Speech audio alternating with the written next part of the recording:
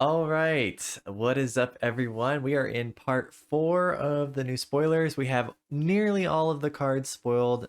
Pretty much just common and uncommon left to be spoiled.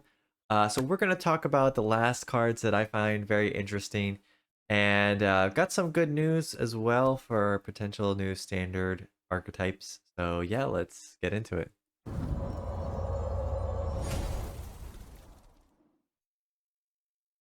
Before we get into the preview cards, just a reminder that there's an early access event coming up real soon. I'm going to be a part of that. It's on November 9th and 10th. I'll have more details about the time when I'll be streaming and things like that. But we'll be playing lots of new brews, and I'll definitely be posting some stuff to Twitter about some new deck ideas and things like that I got. So stay tuned for that. But yeah, let's get into the previews. Alrighty, so let's jump right into it. We got a lot left to cover of the new cards. Again, these cards are very interesting. The design is very different than normal, so there is a good chance that some of these will see play. The power level is not really higher than Standard's current power level, so it hasn't really been power crept or anything like that, from what I can tell. Sans a few cards here or there, but yeah, I do have some pretty exciting spoilers for today that I am very, very happy about. So let's get into it. First of all, we have this one, Corpses of the Lost. 2 and a black for an enchantment. Skeletons you control get +1/+0 and have haste. When it enters the battlefield, create a 2/2 black skeleton pirate creature token. And at the beginning of your end step, if you descended this turn, you may pay 1 life. If you do, return Corpse of the Lost to its owner's hand. So basically, comes down, creates a 2/2 token that for this turn has +1 in haste. And actually, it will always have the +1 as long as the enchantment's on the battlefield. You can swing in for 3 the turn it comes down, so kind of like a 3/2 haster. And then throughout the game, if you discard a card, if you mill a card, if you surveil, if you cast a spell, I guess it can't be cast a spell unless it's like a permanent spell. But anyway, if in some way you put a permanent card into your graveyard, then you can bounce this back to your hand for 1 mana, and then replay it again and get another token. So uh, essentially, this can kind of be a win con to the mid to late game where you don't have to have a lot of other creatures in your decks. You're just bouncing this back and forth, making a bunch of skeletons. If you have more than one of these on the field, it's gonna buff all your skeletons a lot, and you can bounce them all back to your hand. Of course, there is the 1 life cost, so you can't do it forever unless you have some sort of life gain in your deck. But we have cards like Shieldred and a few other cards you're gonna see later that have some life gain to them. So yeah, it is possible. So we'll see. But it's a very interesting card. I think it may not be the most busted card, but like I said, it's a very unique design, a very different one than we've seen. Kind of like Skeletal Swarming, I think we got a few sets ago, which was green and black that generated a bunch of skeletons. A little bit similar, but this comes down on 3, and it can buff other skeletons you have as well and stuff like that. So interesting. I think it could be a good late game win con in the right deck, but still very cool. All right, next one, Kutzil's Flanker. This is a white, 2 and a white for a flash creature with 3/1 stats. It has kind of a modal aspect to it, so you can either put a +1/+1 counter on it for each creature that left the battlefield, so died or exiled. So if they opponent casts Farewell, you can flash this in, and it might get like 3 +1/+1 counters or something on it. So that's pretty scary.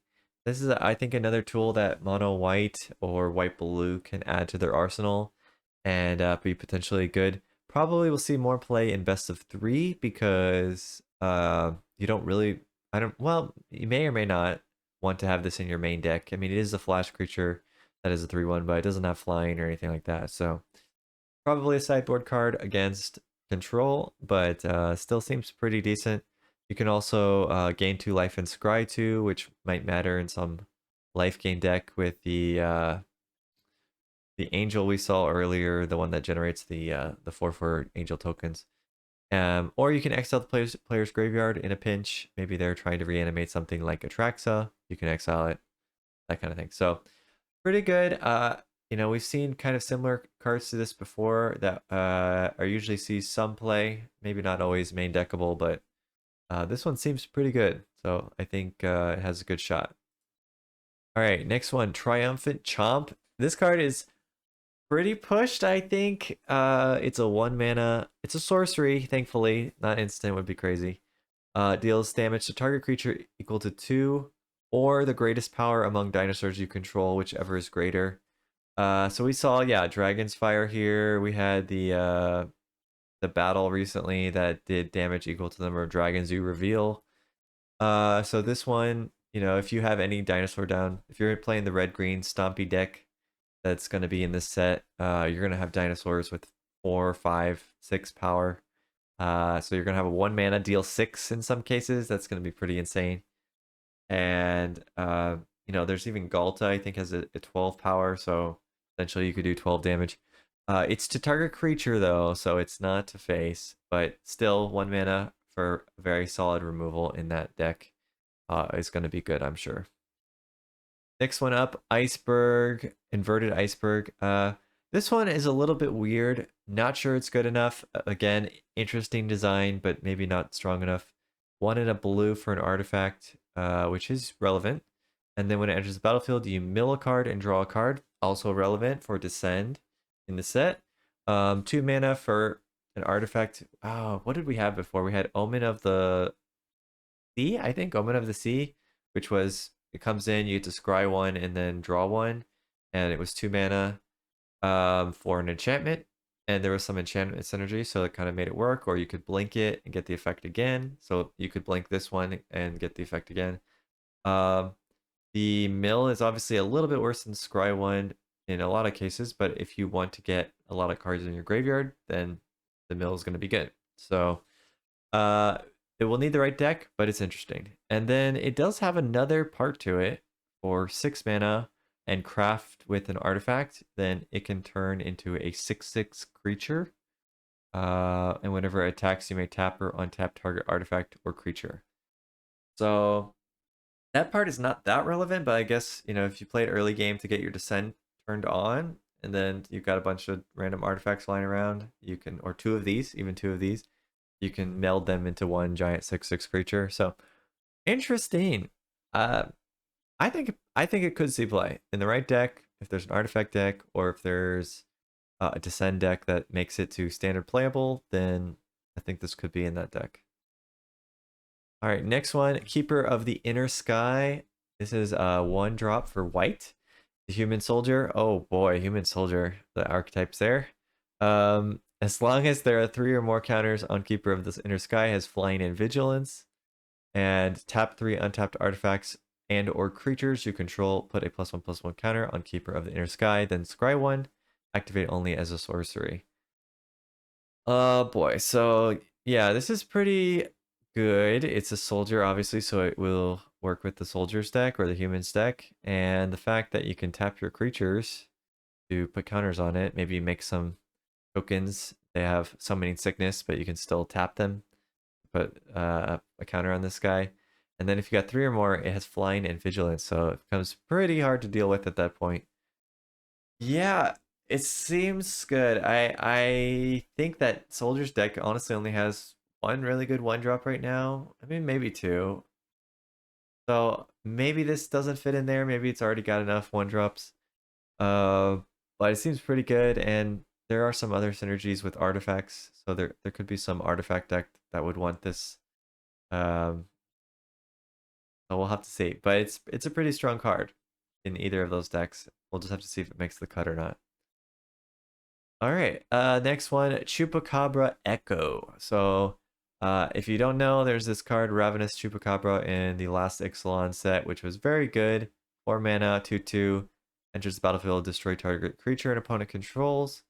So we got a new version of that where it does almost the same thing. 2 black for a 3/2. And when it enters the battlefield, a creature gets -X/-X, where it's the number of permanent cards in your graveyard. So it ties into the Descend deck, where you want to mill yourself some cards, in the first, you know, 1, 2, 3 turns of the game, and then you start to get the payoff pretty quickly after that. So you can mill, 2 to 3 cards. This is probably killing something when it enters the battlefield, and late game it can probably kill anything. So yeah, I think it's good. I think it probably sees some play. Yeah, it might be a little bit worse than the Ravenous Chupacabra, but there are some indestructible creatures in standard, so this will get around those with the -X/-X. Next one is a land echoing deeps. We got a few decent caves that came out. I might have even missed one or so, but yeah. So there are a few playable caves, I would say. This one being one of them.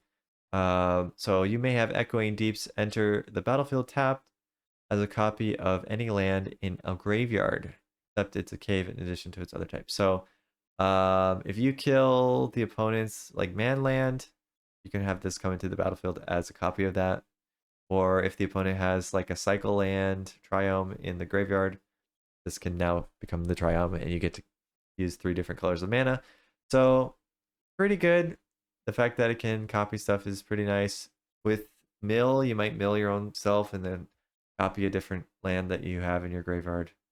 I think the black green deck kind of does stuff like that. The Golgari deck in the currently in standard. So this might fit into that, where you can turn some of your blown up man lands or your Field of Ruins into, like, you get to kind of get them from the graveyard with this card. So that's pretty decent, and it's a cave. And then Forgotten Monument, another cave, taps for colorless, but it also says other caves you control have tap, pay 1 life, add a mana of any color. So all the caves are colorless mana basically, and this one can turn them into colored mana for 1 life. Next one, Dirge of the Forgotten. This is one of the cards I'm super excited about. Dimir finally got some love in this set. We've seen a lot of really good black cards recently, and 1 or 2 good blue cards, but most of the blue cards honestly have been very low power level. I know some people, they think about Fairy Mastermind and they're like, oh, it's blue and it's so strong. Yes, but that was a special card made for the world champion, and we got, every set, of course, is going to be a few playables in every color, but most of the blue cards in the last few sets have been just kind of draft chaff, where they're like a 1/4 creature with vigilance or something, or that 1/4 that taps and sacrifices an artifact to ping the opponent for 1 life or something. So, like, yeah, it's been really very sparse on the number of good blue cards. Meanwhile, in black, we got Shieldred, we got Gix Command, we got you name it. Like, every good card is ever printed is in black for some reason. So finally, we got some Dimir love. Blue black. Dirge of the Forgotten is a blue black sorcery with Descend 8.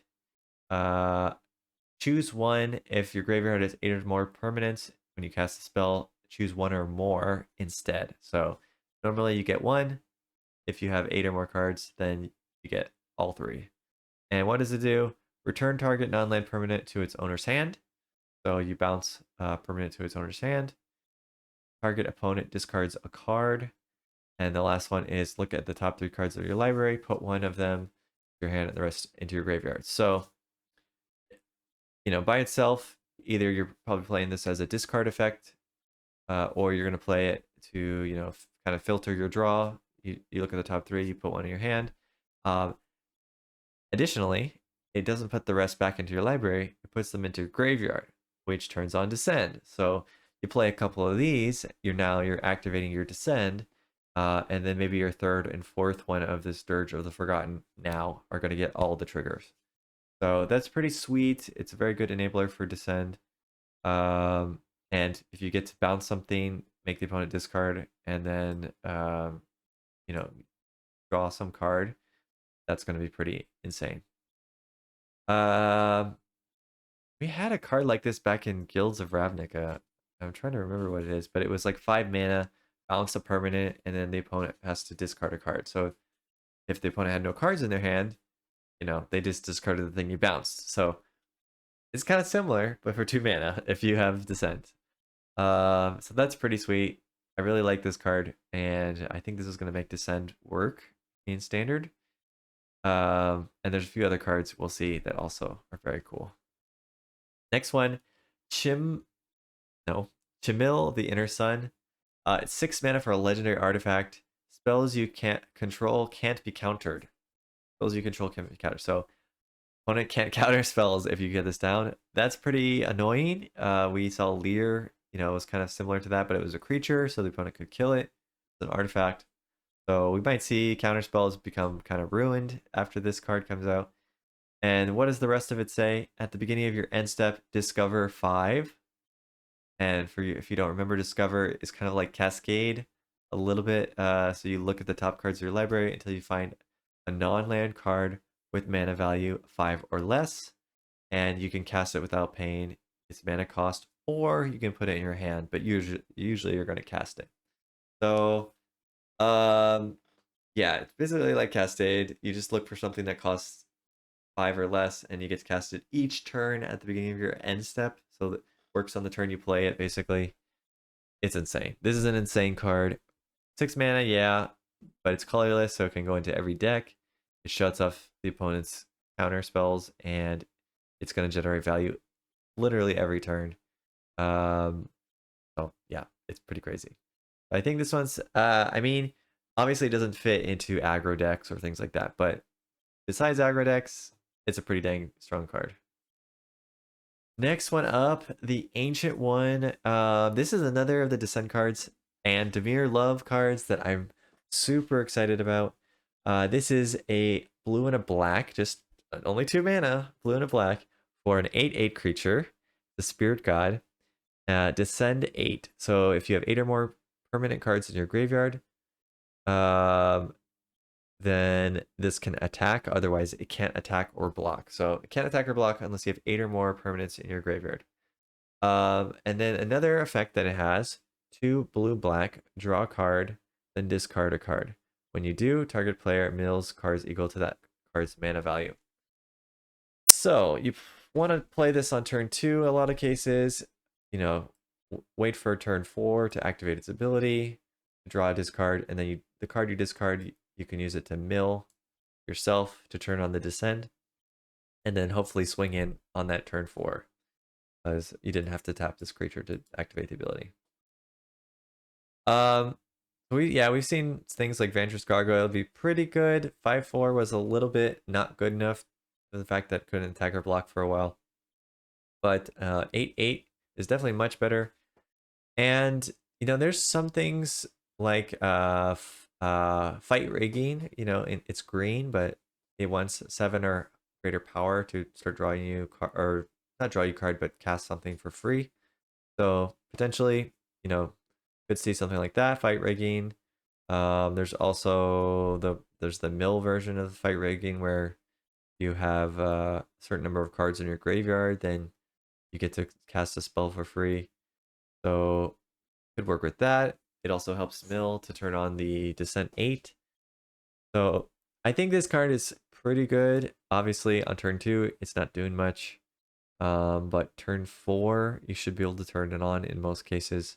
So it seems pretty sweet. I don't know, there's just a lot of weird things you can do with an 8/8 creature, even if you can't attack with it. Like you could fight with it. I don't even know. There's a lot of synergy. So, well, I'll have to experiment. I'll have to play around with it, but I definitely don't think the card is bad. And late game, obviously, it's just a 2 mana 8/8. So even if you just stall out the game until late game, it's gonna be good at some point. So pretty sweet. Yeah, it's just a pretty sweet card.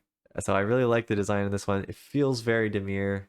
Really glad that they put it in here, not stuck in the commander deck or something like that. All right, next one, Molten Collapse. Choose one. If you descended this turn, you may choose both instead. So another descend payoff. So it's in black-red. So I guess you could do Descend Grixis.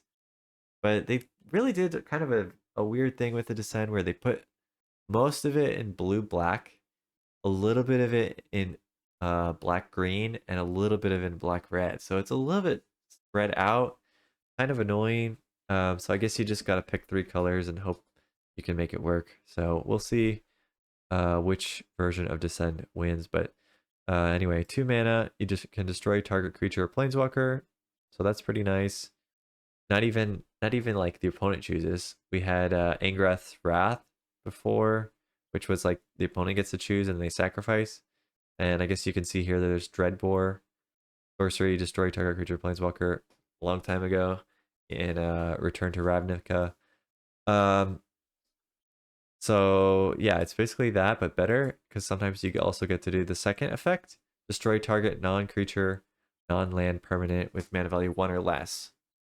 So basically the second ability is only for kind of blowing up some of the cheap artifacts that are in the set. I did not a lot of other 1 mana permanents on the battlefield in standard. Basically just some like blood tokens or clue tokens or food tokens, or in this new set there's a few 1 mana artifacts that we'll probably see play, so you can blow up some of those. So definitely not irrelevant, but not always going to be useful. You could potentially make your deck where you have some of your own permanents you want to blow up. Like if you're the Oni Cult Anvil deck or something like that, and you want to blow up your own artifact to get the trigger, maybe. Yeah,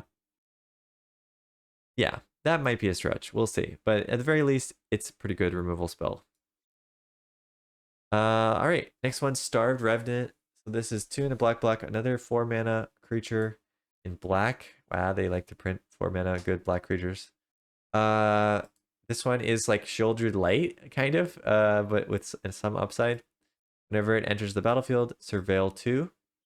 And then for each of those cards that you put on the top of your library, so you didn't put it in your graveyard, you put it on top, you draw, and then you lose 3 life. Oof, that's a little bit painful.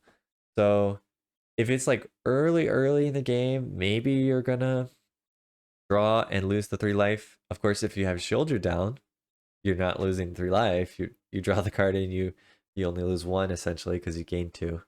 But yeah, Shieldred is OP. But anyway, probably a lot of times you're gonna want to just keep 1 of those cards and surveil 1 to the graveyard, keep 1, draw it, take 3. Taking 3 is not too bad. Taking 6 is a little bit probably too much.